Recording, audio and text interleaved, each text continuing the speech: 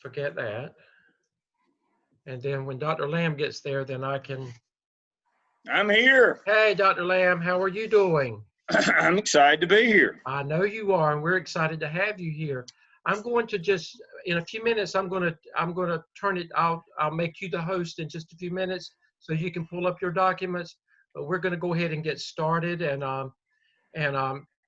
just talk about the few things that Dr. Revis and I need to talk about before we move into what you're going to share tonight. And they've been asking me lots of questions, and I didn't tell them everything because I didn't want to steal your thunder. I knew that there were some things that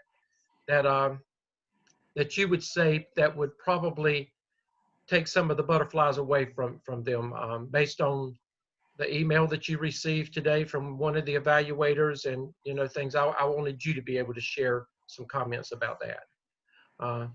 Anyway, just a reminder, we are in week 7. And again, if you look over the assignment section, you see that everything in red right now, we are bringing closure to the AAPSL, and I'm going to talk about that more in just a minute. Just a reminder too that in the materials that you're reading, you've just completed an action plan, but in the information that you are required to read this week, this further talks about action plans. And as we move into the next evidence, and as you go with Dr. Lamb or whomever, in the spring with 603, you're going to continue to have to work with and create action plans based on the work that you're doing. So it's important that you read and understand this, and you will see some of the things that we talk about when we get to the AAPTL will be reflected back in the readings that you've done there. So please do not take this reading lightly, and make sure that you're following that. There are some resources at the bottom. You can click on them. Some of them are just fun little things that that I've left in there. But all of these are things that you need to look at, and to just pay attention to that. I want to look at week 8 as well. And let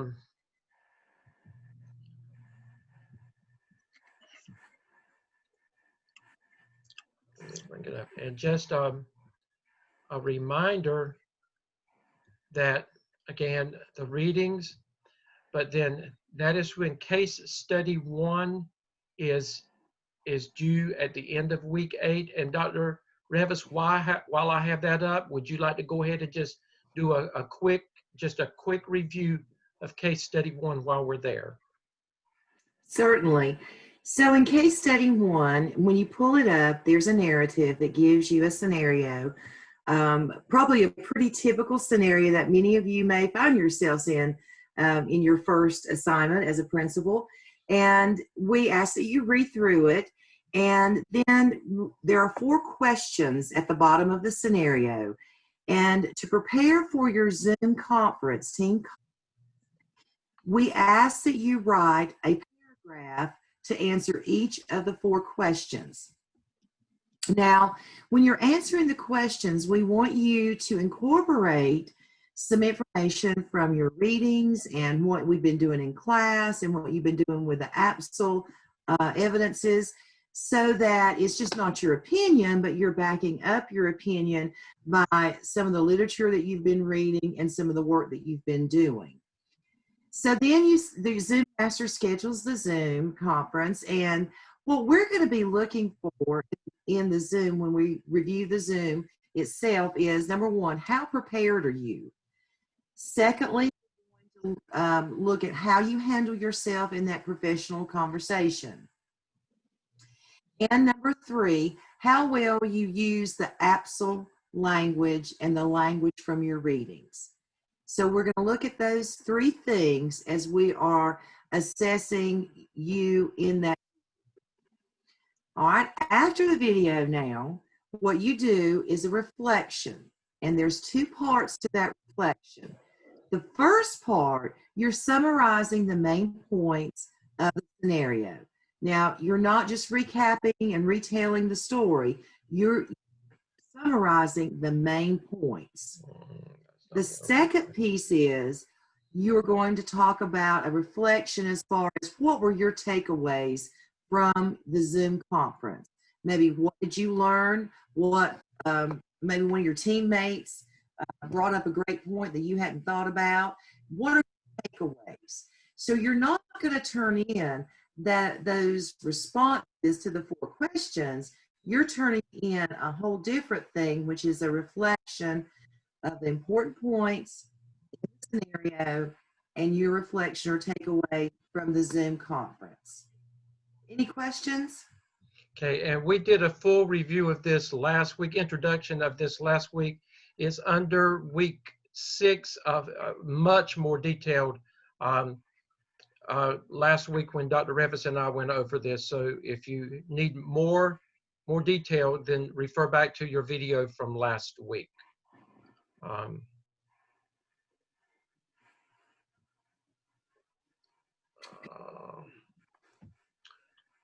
This is basically looking at what today's going to look like. We've already talked about the case study. Comments about task 1 through 5, Dr. Revis, do you have any comments based on your review of task 1 through 5 at this point? Well, I think I've commented every week about the individual tasks. I just thought I like to read task 5 because that's really where I can see you articulate your individual growth.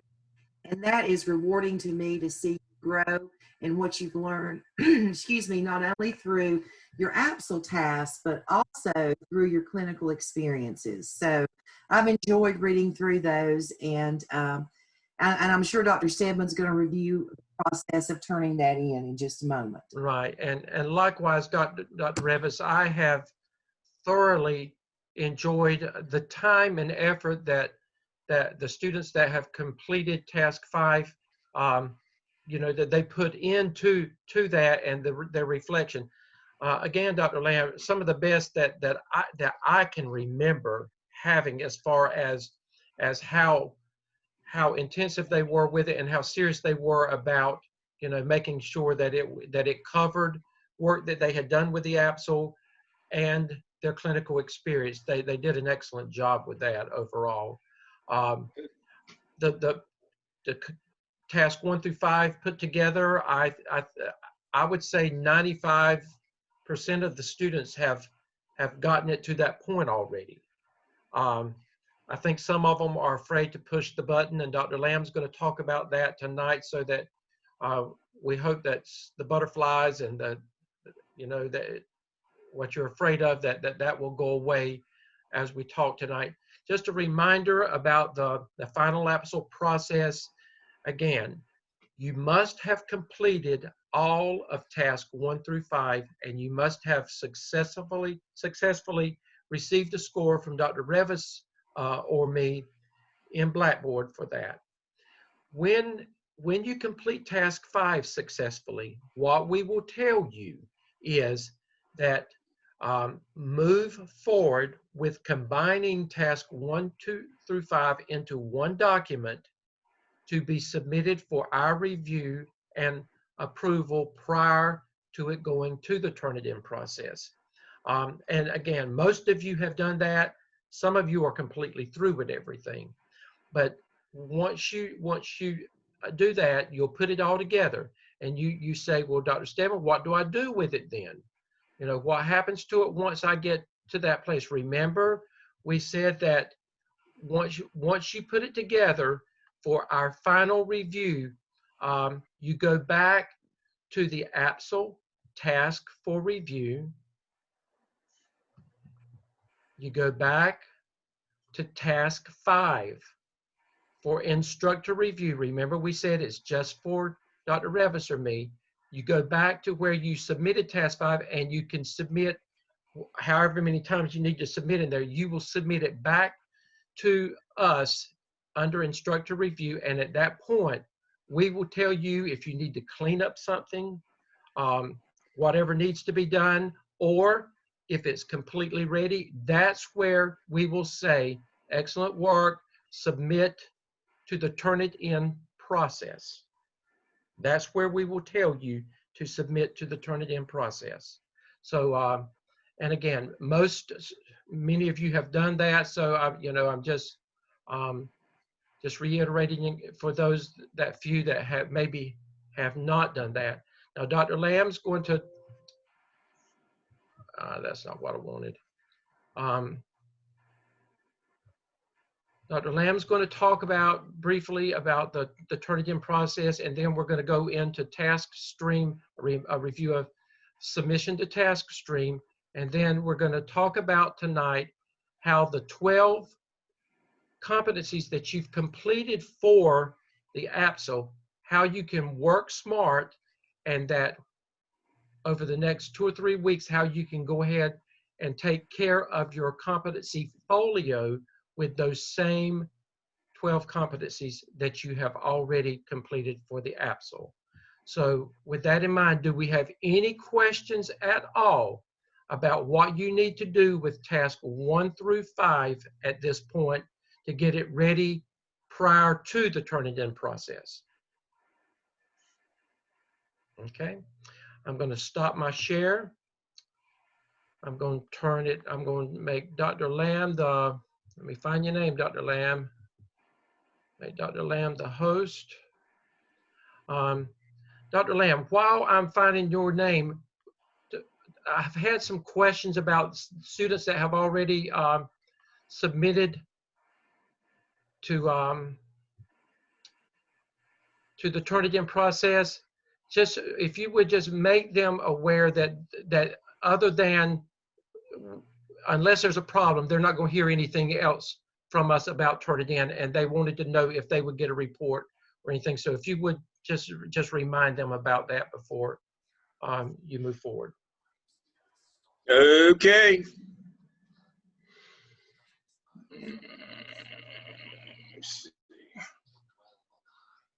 All right. So,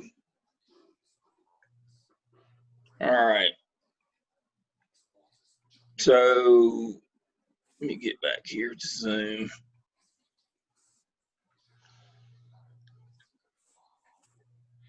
All right. Good evening. Welcome, everybody. All right. So, I'm here tonight to talk about Turnitin check. So, I'm going to share my screen. So, in your class shell,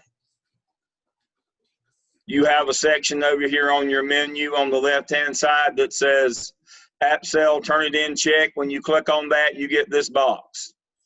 That's the Turnitin check symbol right there. And it says view complete. So you click on view complete and you upload. It'll take a second, but you upload your assignment. And so welcome to your new class homepage. Assignment title.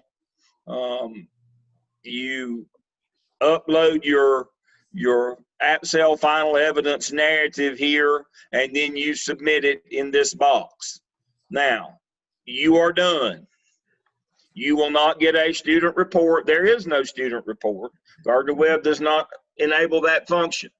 The only thing that will happen is once you submit that report, you will then, let me switch to student view. Let me get out of that and go back to course overview. Once you submit, let me change to student view here. You will go to my grades and you will scroll down till you get to AAPSL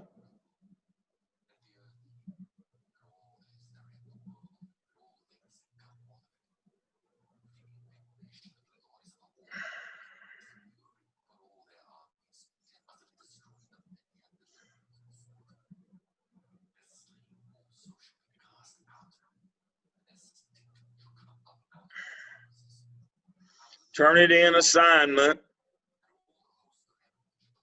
I'll just use this one. And it will say, it will give you your score. And then move it out of the way. It'll give you your score. And it will say, submit for evaluation in taskstream. That is your green light to go to taskstream. It will be in your My Grades section.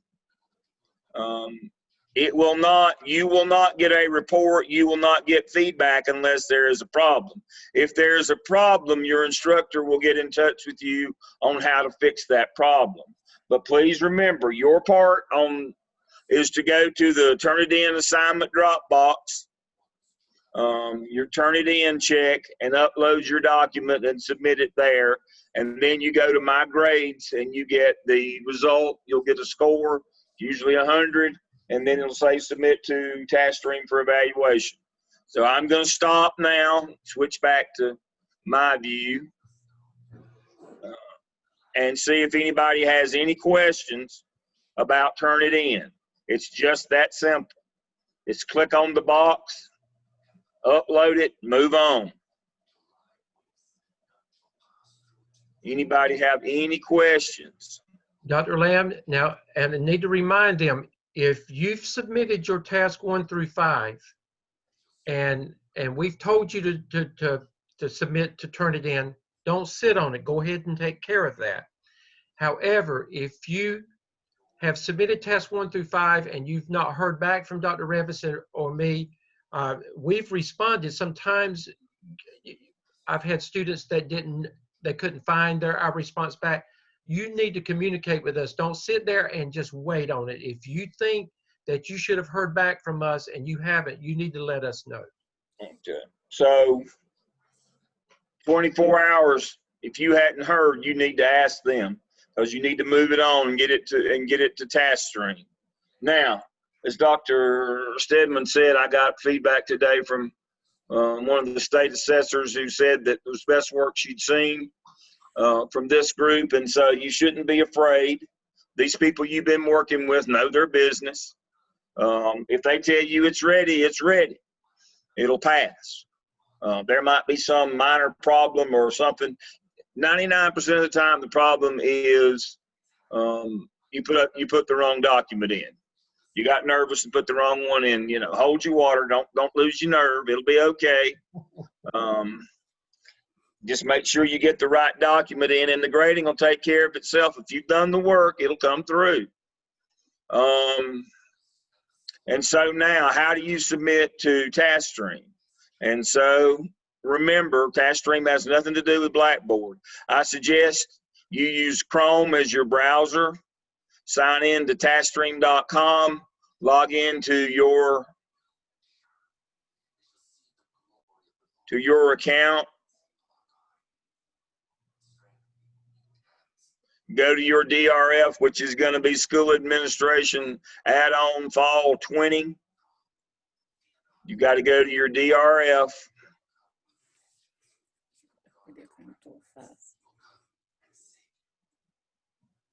All right, I'm going to need to change my view.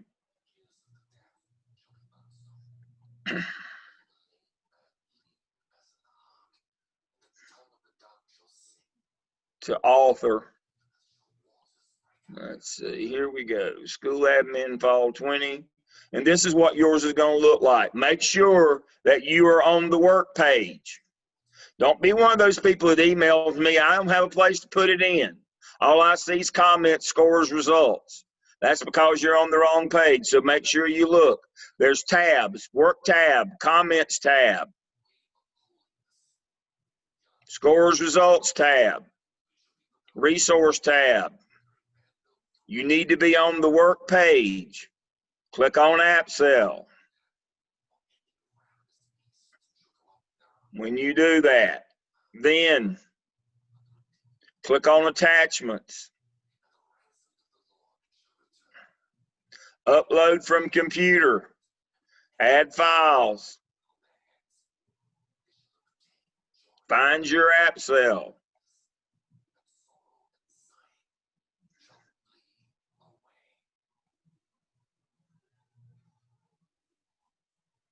Upload and close.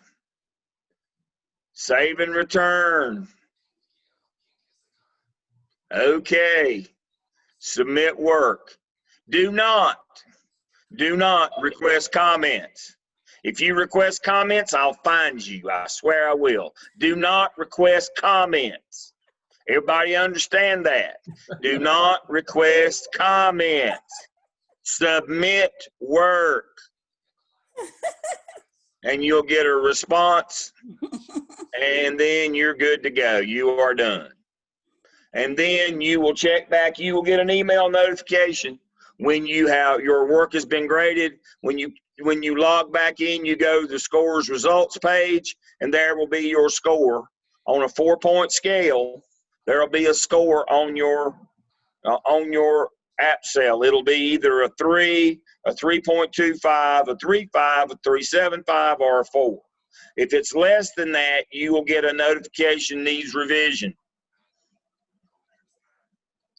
If it's less than a 3, there should be nobody less than a 3. They wouldn't have told you to submit it. Now, the only way is you get less than a 3 is you put the wrong one in that's missing a section, that's missing a task. That happens quite often, unfortunately. But do not request, we do not do comments. We do not do comments in DRF. You say, well, they'll take that button out. They won't let me, or I already would have. Trust me. Taskstream does not allow me to take the request comments button out, because if I take it out, it takes it out for everything everywhere. And we have to have that for your competency folio. We do not use it in the DRF. You only submit work here. If you request comments, it will not pop up for evaluation, and it won't go anywhere. It'll just sit there and spin. There's nobody hooked to those comments. And so I have students who say, well, I uploaded mine a week ago. How come I hadn't heard back? Did you submit it for evaluation? Well, no, I wanted to get comments first. Well, I wanted my hair to grow back. Don't be that dumb. Submit it for evaluation. We don't do comments. All right, so then you'll get your score back. Now, Taskstream, the evaluators normally do that within 24 hours. If you haven't heard in 48, you need to let me know. If you have not heard in 48 hours, don't get nervous until 24. And then you can worry from 24 to 48. At 48, let me know that your work hadn't been evaluated. Normally the turnaround's 24 hours or less. And it will be on your scores results page. Please remember, here's the thing. Make sure you pick the right one. Make sure your coach and your instructor has said submit it for evaluation. Upload the correct one from the work page. Make sure that you start the clock on when you submitted it. Now, don't be one of those that submits it in the morning and that evening I get an email. Mine's been in there a week, and it's been in there, it's been in there 7 hours, and I get these emails. 7 hours is not 7 days. Give them 24 hours, and then you can start to worry. At 48, let me know. And so after this first time, I'm going to cut that time down to at 36. You can let me know. But for the first time out, let's give them 48 the first time. They've got to get a rhythm of reading your work the first time. Takes them longer. Now your evaluator is going to get to know you, believe it or not. And what they do is, because we use a template, we develop in our evaluators what's known as anticipatory set. For those of you primary school educators, you know what that is. That's how you teach reading. And so we develop anticipatory set in our graders as well. But it takes them a minute for that to happen. But once they see your work a time or two, they get much faster. And remember, they have multiple people to have to evaluate. You will have the section that you're in, whether it's 2, 4, 6, 8, 10, or 12, has the same evaluator for inter-rater reliability. They'll evaluate everybody in the same class. So when y'all start comparing grades, and you will, don't tell me you won't, you'll know that you didn't have multiple evaluators, or somebody, the same work got, different grades. Everybody in your section that you have access to in your class, it gets graded by the same evaluator. So, these all come in at one time. We got to give them a little more time on the first one. But after that, we'll cut that wait time down to 36. But you can expect it in 24 hours. They're pretty good. They know what they're doing. And Dr. Lamb, I will say, 3 have been evaluated already, and all 3 received 4s from the Of course evaluation. they did. That's what they're supposed to get. We didn't spend all this time and effort for you to get 3s. We're not training average people here. That's not the goal. The goal is 4s. And if we fall a little short, we still made it. But if we set our sights on 3s and fall a little short, we won't make it.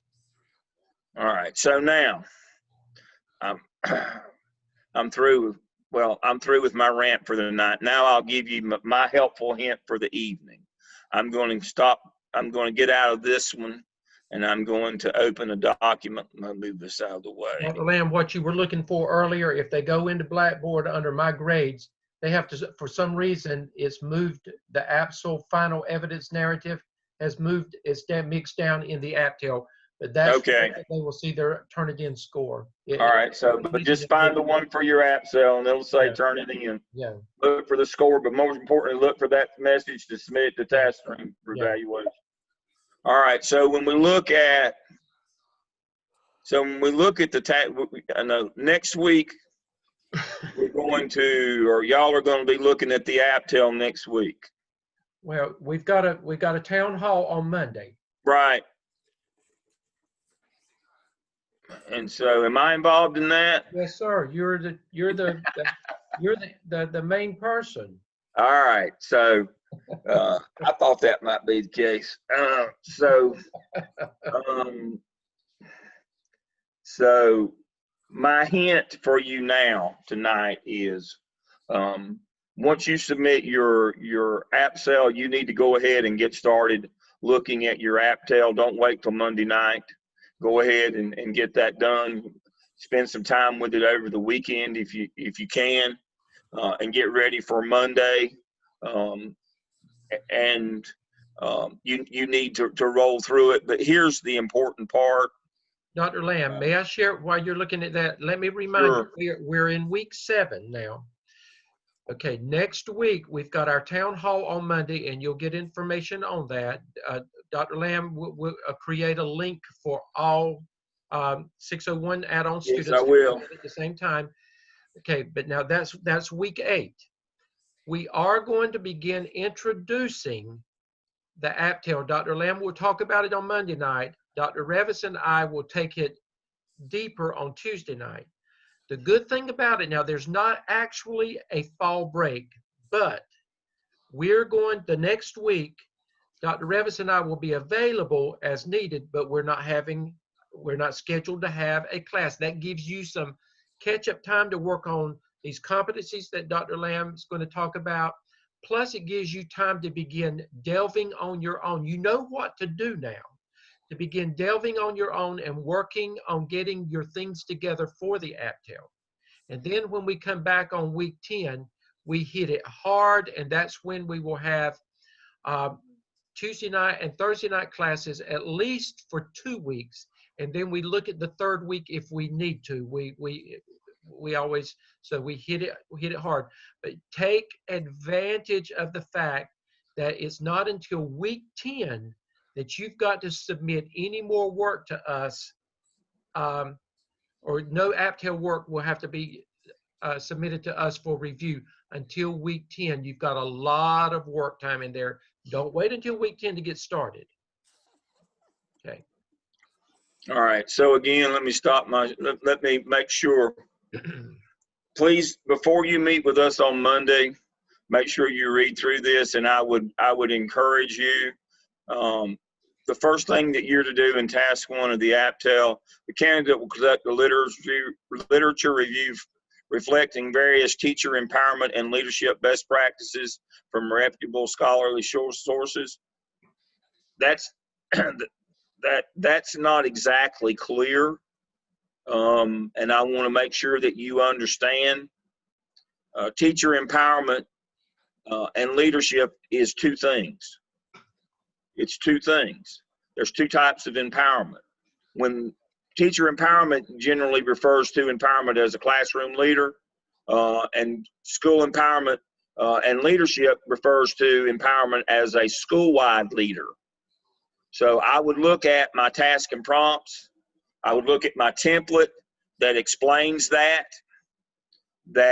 looking at a classroom empowered leader is somebody who does best practices well in their classroom. A school-wide empowered leader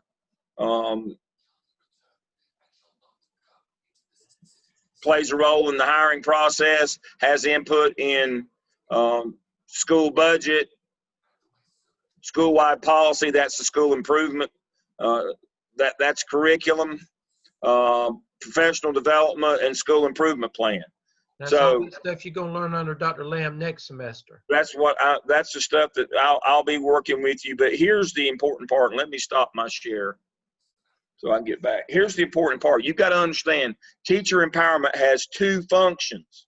First is be empowered as a classroom leader in your classroom. And then once you are a great teacher, we expect to empower you as a leader in the school. They are two completely different things. Sometimes schools, the way that they pick their teacher leaders for the school is eeny, meeny, miny, mo. No. Great administrators understand that they want their best teachers in terms of classroom instruction to be the leaders in their building that provide staff development to other teachers, that sit on hiring committees, that help on the school improvement plan with curriculum and with the budget. They want the best teachers to be the leaders. They don't want the people who proverbially roll the ball out. Remember, what do they do at Jones Sausage? They make sausage. What do we do in school? We teach kids. That is the coin of the realm. That's what's most important. Not how many ball games you win, but how great a teacher you are. That's what we want. We want those great teachers that are empowered classroom leaders to become our empowered school leaders. So when you're reading, when you're doing your literature review, before you even spend the first minute on your AAPSL, you've got to get your head around this notion that teacher empowerment is two things, not just one thing. We will show you the relationship between those later. But too many times when students start reviewing for the AAPSL, they get on one of those or the other and don't realize that they're only reviewing half of what we need for them to see. Right. So make sure you look at that template, which clearly defines for you Marzano's best practices or some iteration of those, or that's how we measure empowerment as a classroom leader. And then Whitaker's 5, teach other teachers, be involved in curriculum, school improvement plan, be involved in budget, and be involved in personnel decisions. That's a hierarchy. That's the big ticket items in terms of being empowered as a school-wide leader. And you need to know the difference, and you need to know how they relate together. So that's my helpful hint for the evening. As we move from the AAPSL to the AAPSL, you've got to understand before we even dive into it the two different functions of empowerment. And if you can get those straight in your head and understand how they relate to one another. Okay, Dr. Lamb. The AAPSL writes itself. Yeah, Jonathan, can you hear me? Jonathan Welch. Jonathan, you there? Yes, sir. Okay, I want to call you out. Jonathan shared, and I sent that to you today, Dr. Lamb. Jonathan, as a result of being involved in this program and the things that you've done with the development of the AAPSL and your working with your team, share with the group what your administration has done. This is an example of becoming a teacher leader. What has your administration empowered you to do? So after being observed by my administration and the results and the work that our PLC did, I was given the task today to run 3 of our content area PLCs for the remainder of the year. So excellent. That's what a teacher lead. Those are teacher leaders, and a lot of you are. If you're not a teacher leader in your school already, as a result of, you should have been before you came into this program, but as a result of this program, you should be a teacher leader at this point. And when you're writing the AAPSL, please remember, you've got to continue thinking as an administrator. You don't think as a teacher as you're writing this work and doing your research. You're thinking like an administrator should and would think. Okay. Thanks, Jonathan. Thank you, Jonathan. You're welcome. And so being a great teacher is important. That's your first step. And then taking on other responsibilities.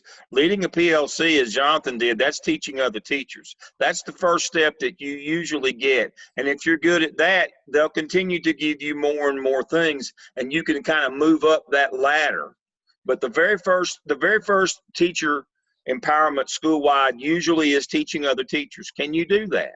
And again, you've got to change your lens from working with students in perspective of teacher. You got to change to a more administrative perspective to teach other adults. Remember, you know, what you teaching students is one thing. Administrators work with adults. You don't teach kids anymore, and so that's the first. And it's kind of a hierarchy. But again, you know, we're looking for, as administrators, we're looking for great classroom teachers who can spread that throughout our building and create a culture of teaching and learning, because that's what we do. We teach kids. That's our sausage. That's the corner of the realm every day. That's the core competency. And so it all stems back to classroom instruction, and it emanates from there. We're looking to empower teachers in their own classroom, make them better, help them to get better. And then by doing that, we can then move up as teacher leaders in the building. And that's the notion here, that we want everybody striving to be great teachers. We want everybody striving to do the very best that they can do each day. And so that's what the AAPSL is all about. You'll eventually build I'll show you Monday my plan. You'll eventually build a plan, a professional development plan that capitalizes on whole group, small group, PLC, and one-on-one instruction or staff development. And so, again, that's your first step, is getting to be in charge of one of those. And so Jonathan now, he's getting to be in charge of PLCs, which is small group instruction. He's getting to be in charge of 3 of those. So he just made the first rung of the empowerment as a school leader ladder. That's your first rung. And so that's why that was so important. Usually every semester, not every time, but we have folks who, you know, that get their first rung during this time. And that's great. And that's what we want to see. So congratulations to Jonathan. And that's how you get jobs too. That's Yeah. how you get administrator jobs. They begin noticing you now.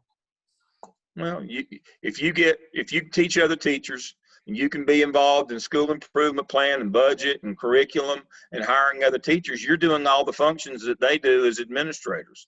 That's how you get jobs. You utilize your clinical internship to demonstrate your skills to grow. They don't expect you to be good the first day. They don't expect you to know everything the first day. I mean, you know, but see that in many ways that's a bonus. You don't want somebody as old as Dr. Stedman that's already set in his ways. They can train you. About me, I knew he was.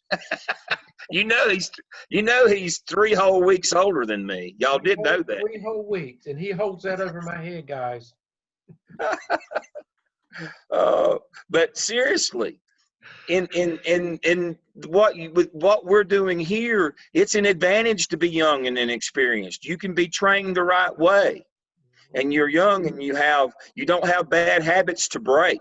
This is your opportunity to become a teacher leader. Even if you don't get an administrative job, you know, this semester, you can still become a teacher leader or expand your teacher leadership outside of your classroom.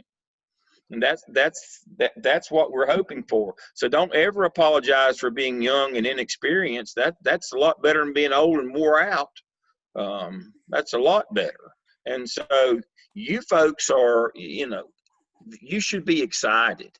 You're on the cusp of great things now. You're moving into a time when you could put to use what you're learning and the things that and your experiences that you've had in the business. So it is an exciting time. And so, you know, do a good job with this, and you'll get a bonus next semester in 603 when you do the OMA. If you've done a good job with your AAPSL, it will really help with that when we get there next semester. And I'll just leave it at that. But that'll be my gift to you when you get there. All right. I told more than I knew tonight, so I guess I'm done. Okay.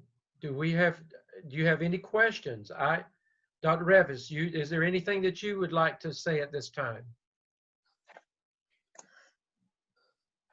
Are we going to have time to talk about how to use those 12 competencies to work in? Yeah, Dr. Lamb, that's what I wanted you. I forgot that. Can you talk to them about the 12 competencies that they've completed for the app? So how that can, if they work smart, how they can use the next 2 or 3 weeks to go ahead and get that part of their folio completed converting them into artifacts. Okay. Well, let me share my screen. Okay. Thank you, Dr. Revis. I almost forgot it again. Okay. And so,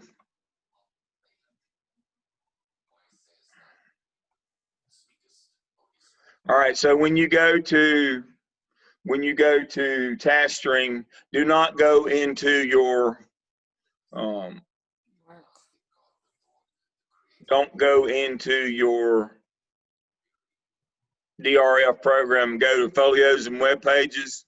Pull up the competency folio that you created. I'll find one here that I've done. There's one from the fall. All right. So now you did 12 competencies with the AAPSL. You'll do the other 9 with the AAPSL. You can go ahead and start uploading artifacts. Now, we don't want those competency analysis narratives here. We're going to put those in our DRF portfolio under competency analysis. What we want here is the artifacts that go with them. So if you said under your when you wrote about your competency analysis in task 5 of the AAPSL, I know you had to do communication. If you wrote, I emailed my principal and got email permission to begin a PLC, to start and lead a PLC. All right, so somewhere you've got that artifact. You've got that email where you sent your principal, and so you just screenshot that email, and you come to communication here, and if it's a screenshot, I'd do text and image, and I would upload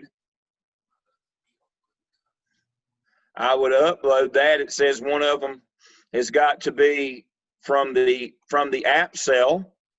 I said I knew it was there, and so I would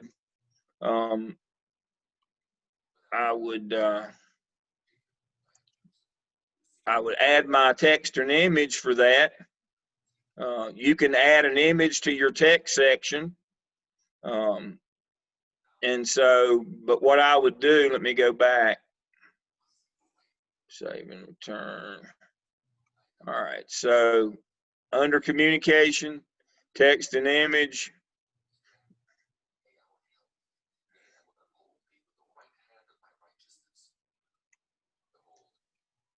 Remember, Dr. Lamb told you the first of the semester how to set this up, and he's got a video in Blackboard how to set it up. If you should have already done it, but if you haven't, how to set it up. And then there is an example of a student that did almost exemplary work of how of how one should look.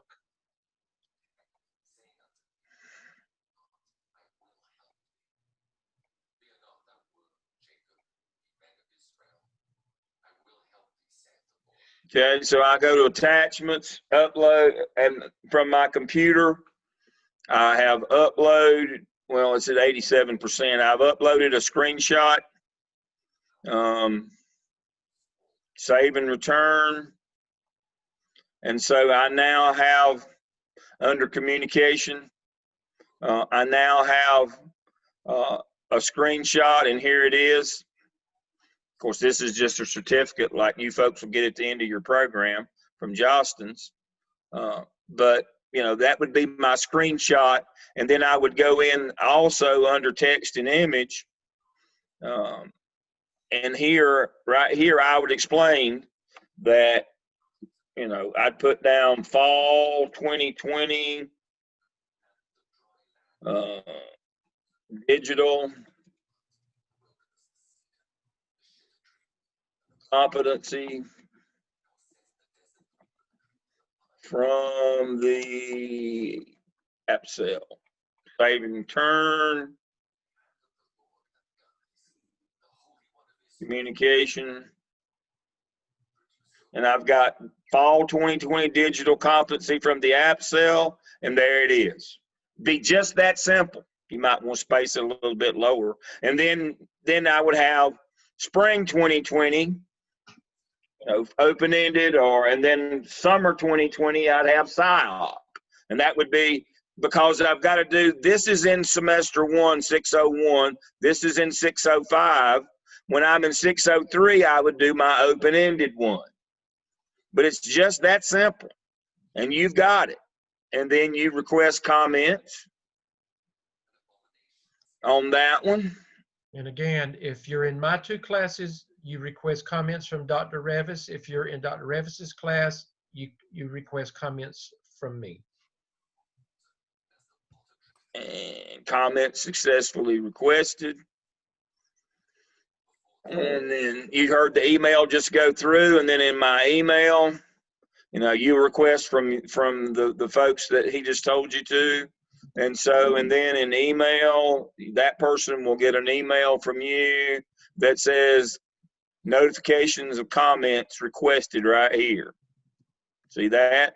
And they'll know to go in and look at your competency and make sure it's right. Now, as I said earlier, we don't request comments in the DRF, but if I turn it off there, it turns it off here. We do check these here.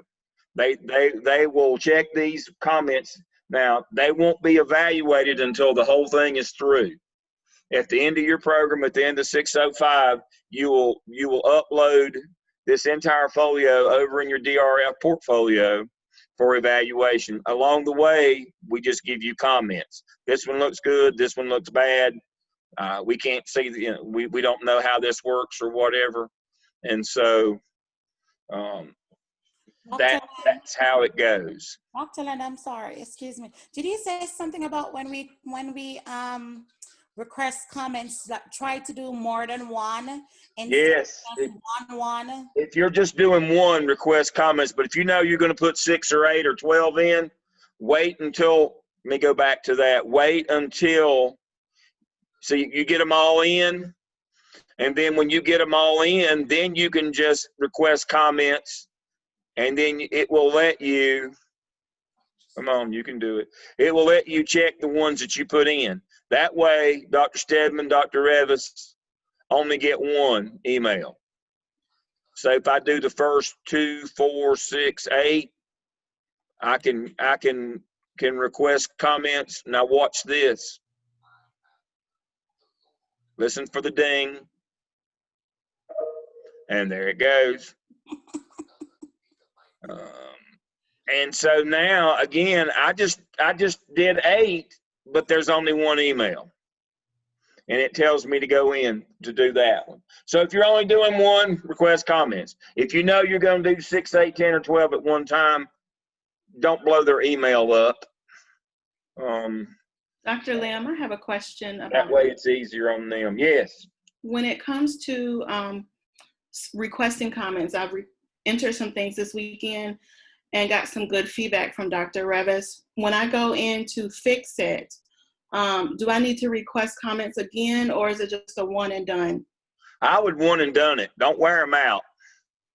Okay, so now since I've already requested them before the first post, I don't need to request again. No, I wouldn't. No, just it should be a one and done. What you heard me say, I'd hunt you down and pull your nose hairs out if you requested comments in your DRF. It becomes, the problem in the DRF is what you're just talking about. Thank you for bringing that up. It becomes, Dante's 7th ring of hell. You can't get out of it. It's back and forth over and over and over again. We just grade in DRF. Here, request comments one time. If they tell you to fix something, we'll trust you to fix it and go on. Okay. But you know, that chasing comments, I had hair before that years ago, and we finally figured out that this doesn't work. I did too.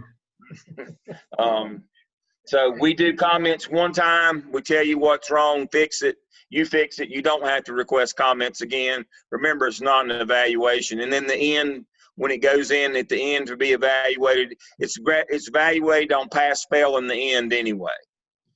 Okay, The whole folio is graded pass fail in the end. The reason they'll tell you to adjust or fix something is you can also, because we've done this a separate folio, as I told you, you can publish and share this with prospective employers, and usually they'll tell you, well, you've got a misspelled word or your grammar's bad. You want it to be as professional as you can, because this is a really good tool when you're interviewing for jobs to show people examples of your work. And we would like for it to be as neat as possible. And so, but other than that, you can't get this wrong. Just make sure that you don't put narrative in there. This is not for narrative. You get to argue your case for competency and competency analysis. This is for things that you generate as a result of having done the work. And Dr. Lamb, Okay, wants you to ask a question. Could they do more than one artifact for competencies? Absolutely, yes. If you've got, others that, go ahead, Dr. Lamb. How many? 3 times. You can only use one artifact 3 times. No. Like under communication, if they wanted to put more than one artifact under communication, They can put 100. You can put whatever you want. One, as many as you want. It's yours. This is yours. And remember, this is, like Dr. Lamb said, hopefully you're going to be able to take this and market yourself at the end of this program. Exactly. You want to make sure that it's good stuff. As many as you can get, and that they're good things. Now, the companion question that always comes is, I've got this really strong artifact. Can I use it for more than one competency? Maximum of 3. Don't wear it out. I did this activity, and here's this flyer from that activity, this parent meeting or this that I had. Well, yeah, it's wonderful, but don't use it but for 3. It might have hit 10 competencies for all I know, but your limit is 3. Don't wear it out. But yes, you can put as many competencies as you can under communication. If you did 4 this time, put all 4 of them in there. That'd be wonderful. And Dr. You can't Lamb, have too many. You're generous by saying 3. I don't like to see it more than twice, because I want you to be as creative as you can be with the work that you've done. So again, if you have to, use it 3 times, but I really don't want to see it more than twice if possible. Yeah. And the reason I said 3 times, try not to use it more than once per round. Right. You're doing 3 rounds. Right. Now I understand what you're saying, yeah. Yeah, so now here's the trick. If you use it this round for communication, it's done. Now next time, when you do the second round next semester, you can use that same artifact again for something different. And then in the summer, when you get to your 3rd round, you can use that same one again. Okay, but don't use it multiple times in the same round. I'm like Dr. Stedman, I don't like to see it twice in the same round. No, I don't either. When I'm clicking through these things and I'm going down and looking at this semester submission, I don't want to see it but 1 time.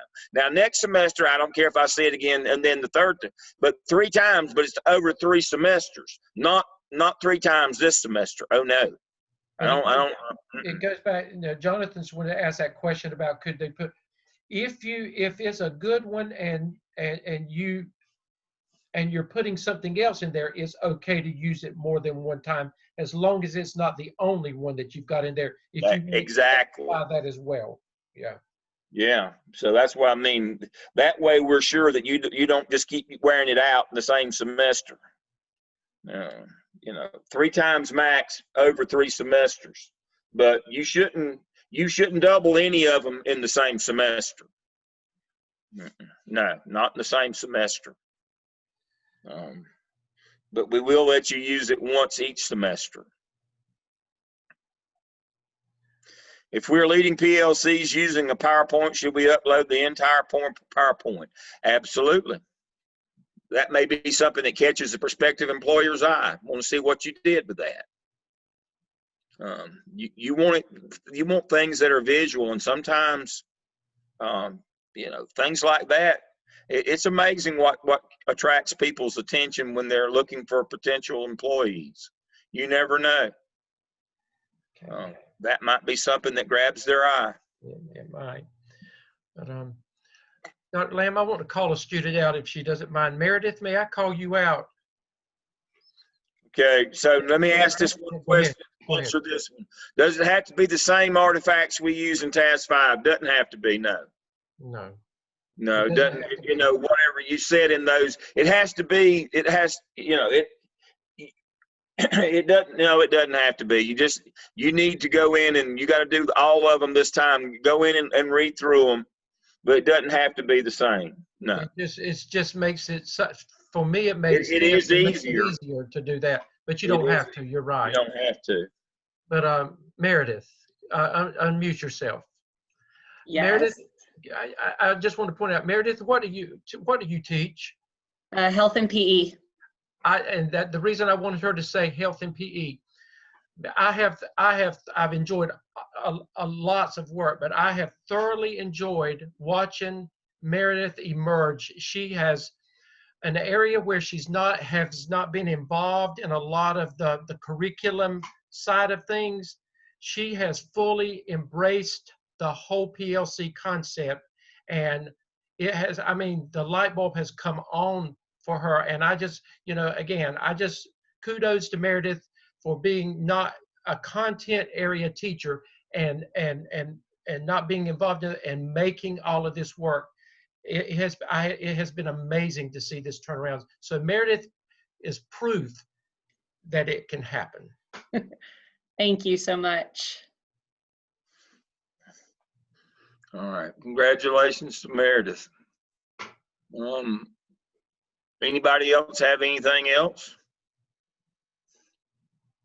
All right. So we're meeting on Monday. What's the day of the week is that? That's Monday, the 11th? Let me get my planner.